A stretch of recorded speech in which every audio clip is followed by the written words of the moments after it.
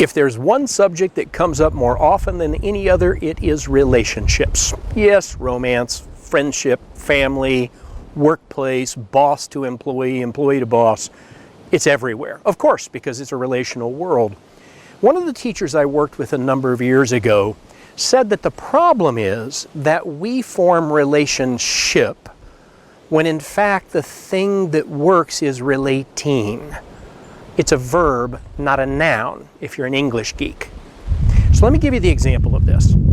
Imagine yourself beside a stream and there's this beautiful flow and the sunlight on the water and you say to yourself, man, I want some more of that. So you go out there with your bucket and you dip it into the stream and you pull it up and you delightedly walk back to the bank and you look and realize that what you have is a pail full of dead water. So you dump it out and you do it again.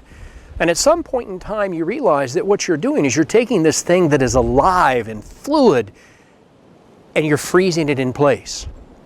Well, here's what I know about most relationship breakdown, is that we've frozen it in place. It's become static because we've turned it into this noun, this form, rather than this flow.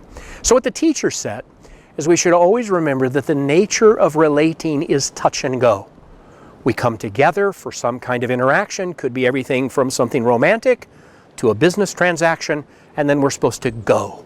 And we come back and we go, touch and go, over and over and over again. Sometimes the touch is prolonged, sometimes it's brief, sometimes the go is long, it doesn't matter.